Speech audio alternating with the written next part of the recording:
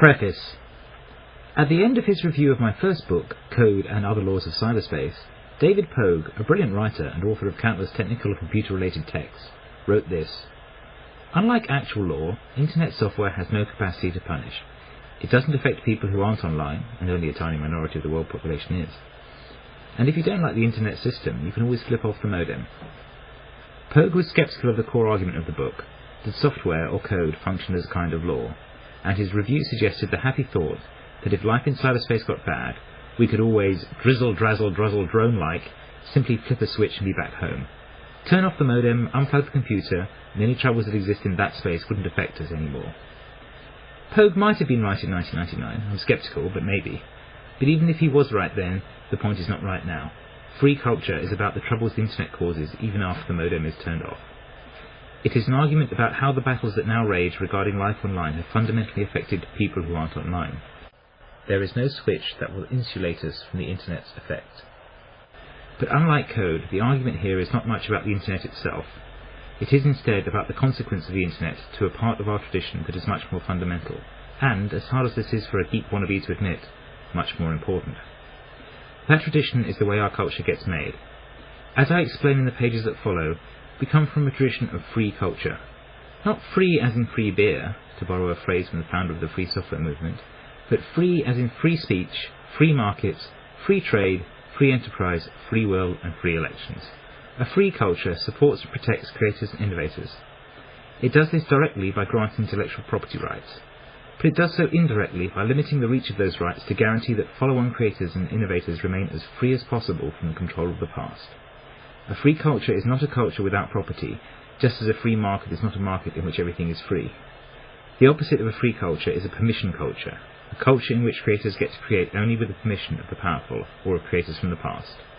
If we understood this change, I believe we would resist it. Not we on the left, or you on the right, but we who have no stake in the particular industries of culture that define the 20th century.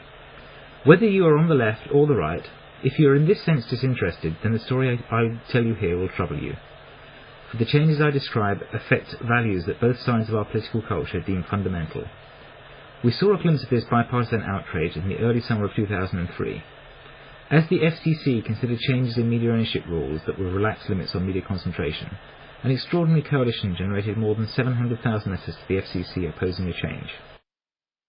As William Safire described marching uncomfortably alongside Code Pink Women for Peace and the National Rifle Association, between Liberal Olympia Snow and Conservative Ted Stevens, he formulated perhaps most simply just what was at stake, the concentration of power.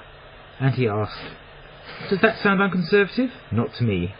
The concentration of power, political, corporate, media, cultural, should be anathema to conservatives. The diffusion of power through local control, thereby encouraging individual participation, is the essence of federalism and the greatest expression of democracy." This idea is an element of the argument of free culture, though my focus is not just on the concentration of power produced by concentrations in ownership, but more importantly, if because less visibly, on the concentration of power produced by a radical change in the effective scope of the law. The law is changing, that change is altering the way our culture gets made. That change should worry you, whether or not you care about the Internet, and whether you're on Safire's left or on his right. The inspiration for the title and for much of the argument of this book comes from the work of Richard Stallman and the Free Software Foundation.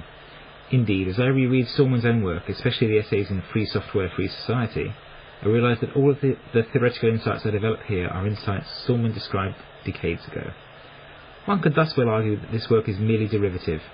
I accept that criticism, if indeed it is a criticism. The work of a lawyer is always derivative, and I mean to do nothing more in this book than to remind a culture about a tradition that has always been its own. Like Stallman, I defend that tradition on the basis of values. Like Stallman, I believe those are the values of freedom. And like Stallman, I believe those are values of our past that will need to be defended in our future. A free culture has been our past, it will only be our future if we change the path we are on right now. Like Stallman's arguments for free software, an argument for free culture stumbles on a confusion that is hard to avoid and even harder to understand. A free culture is not a culture without property. It is not a culture in which artists don't get paid. A culture without property or in which creators can't get paid is anarchy, not freedom. Anarchy is not what I advance here. Instead, the free culture that I defend in this book is a balance between anarchy and control. A free culture, like a free market, is filled with property. It is filled with rules of property and contracts that get enforced by the state. But just as a free market is perverted if its property becomes feudal, so too can a free culture be queered by extremism in the property rights that define it. That is what I fear about our culture today. It is against that extremism that this book is written.